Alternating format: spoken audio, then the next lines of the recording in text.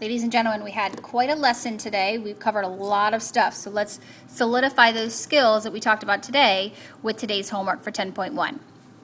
For the stacks of cubes shown, so two cubes on top of one another, 1, 2, 3 cubes on top of one another. The sides and the top of each stack are painted, but not the bottom. Use the situation and the data in the graph to create a table. Your table should show the relationship between the number of blocks.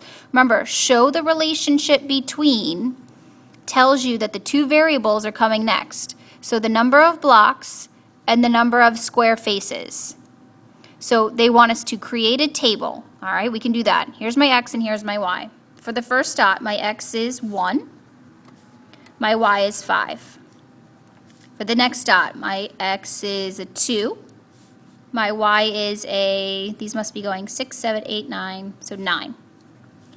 Lastly, my x is 3. My y is 10, 11, 12, 13. So I can erase the rest of these since they only give us 3 dots. So now let's take a look at this. 1 and 5, we have to decide which one is the number of blocks and which one is the number of square faces. How many blocks in this first one do you see? 1. How many faces? Front, side, side, back, top. 1, 2, 3, 4, 5 is the top. So blocks must be here. This is the number of blocks. This must be the number of faces. So we know that the number of blocks goes down here on the x, and the number of faces is here on the y's. Okay, so let's see what's going on. First of all, let's take a look at this. Is this a proportional relationship? Does it go through the origin? So it's non-proportional because it does not go through the origin. So we know it's non-proportional. We got that part. Okay, so let's answer the rest of the questions. What is the y-intercept of the graph? Well, they want an ordered pair. It's always x comma y. The x value of a y-intercept is always 0. So let's take a look at the y. It goes right here. So it crosses right at 1. So the y-intercept is 0 comma 1. The y-intercept, again, is where your line crosses the y-axis. All right, what's the slope? Well, slope is the same thing as your rate. So we have to do our sides. Let me do this in a different color. This is the change in y's I'm going to make right here. The change in y here was a positive 4. This was a positive 1. This was a positive 4. This was a positive 1. So I've got my changes in x over here, and I've got my change in y over here. Rate is the change in y divided by the change in x. The change in y is 4. The change in x is 1. So my slope is 4 divided by 1, which is 4, and it's always blank per blank, y per x, faces per block, or faces per block. All right, explain how you found the slope. Find the first difference of both the x and y columns.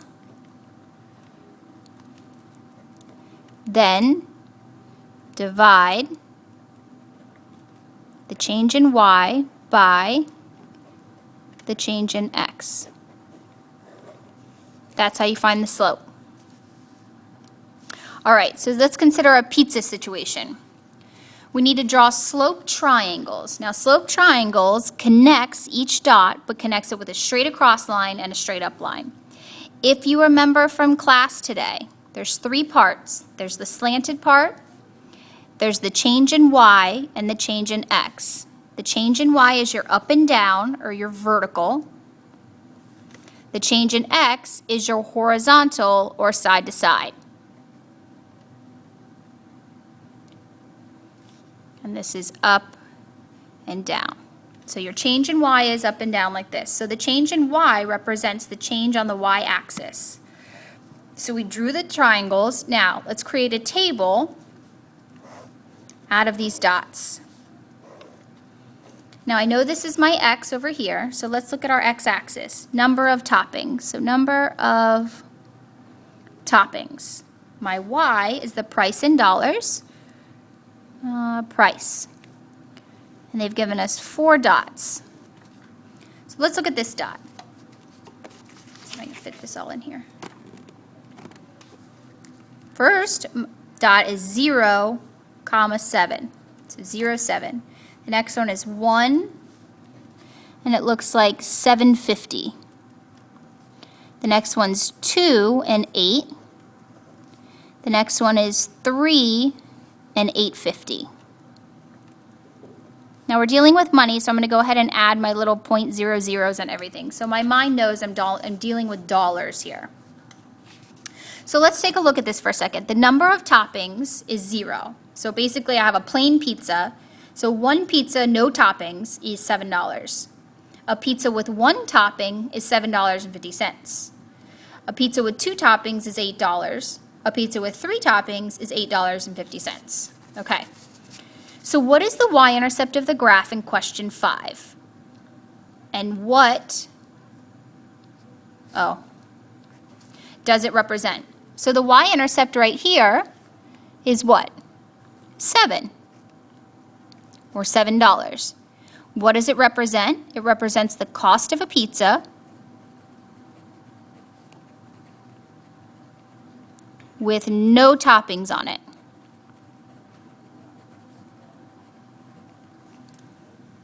All right, C. On the table you created in question 5, show the first, question 5, I think they meant this one.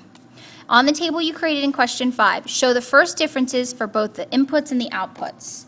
First differences is when you go like this. So the first difference is the change in y. So the first difference is 0.50, 0.50, 0.50. All right, and the change in x was +1, +1, +1. Okay, we got that. Show the first differences for both the inputs and the outputs. Done. Let's take a look at this, by the way. The change in y, which is the price. So the change in the price is 50 cents for every 1 topping that I add. Makes sense? My change in y, which is the change in my price, is 50 cents for every 1 topping. Makes sense to me. Choose 2 ordered pairs from the table and find the ratio of change in y divided by change in x. So let's pick this pair and this pair. For the first pair, the change in y is 0.50. The change in x is 1. That's still 0.50. All right, now let's try the next one. For the next set down, the change in y is 0.50. The change in x is 1, which is 0.50. Repeat the process. If we repeated the process, the answer, the quotient, the number we get out of the calculator, is always going to be 0.50. Okay? Look at your answer to, it must be this one. How can you determine if there's a constant rate of change? Constant rate of change is when this divided by this equals this divided by this equals this divided by this. So how can we tell? A constant rate of change is when the change in y divided by the change in x gives you the same number all the way down the table. A constant rate of change exists when the change in y divided by the change in x. So this number divided by this number divided by this number, and this number divided by this number. When that division of this by this always gives you the same number, you have a constant rate of change. When you have a constant rate of change, you have a straight line. Okay, next one. All right, what does this say? Blah, blah, blah, graph shown. Draw the slope triangles and label the length of each segment. Okay, well first to draw the slope triangles, we got to find points. So there's a perfect point. There's a perfect point. Perfect point. Perfect point. Perfect point. So if we had to draw the slope triangles, we'd draw it like that. Come down and over, down and over, down and over. So now let's label. This change was a -1. The horizontal change was 1, 2. Okay, and then here we went down another one, so this is -1. Here we went 2. Or did we go up? Oh, it doesn't matter. 1 and 2. Okay. So from here to here, there was a change of 1. Here to here, there was a change of 2. Here to here, a change of 1. Here to here, a change of 2. Basically, you're counting the boxes. Okay, so now we've got this slope triangle, that each slope triangle, remember, this is the change in y, this is the change in x. The change in y, the vertical part, the up and down part, was a 1. The change in x, the left and y part, or sorry, side to side part, the change in x was 1, 2. So now we've got this slope triangle going on. So the slope is always the change in y over the change in x. Well, the change in y was 1. The change in x was 2. So the slope is 1/2. Let's try it again. Pick some points, perfect points only.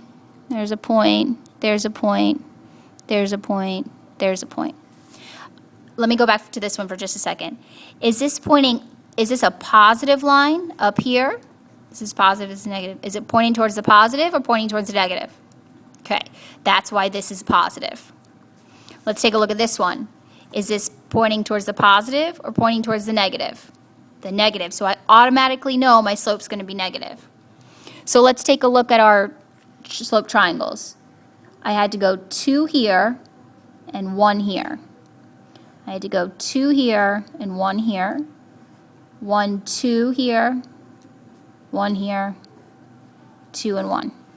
So again, when I draw my slope triangles, the change in y is a 2, and the change in x was equal to 1. Because the change in y is the up and down part. So this is the change in y. Just like the y-axis goes up and down, the change in y goes up and down. So that's a 2, change in x is 1. So your slope is always the change in y over the change in x. Change in y was a 2, change in x was a 1. 2 divided by 1 is 2, so you have -2. All right, I'll put a second one up for the rest.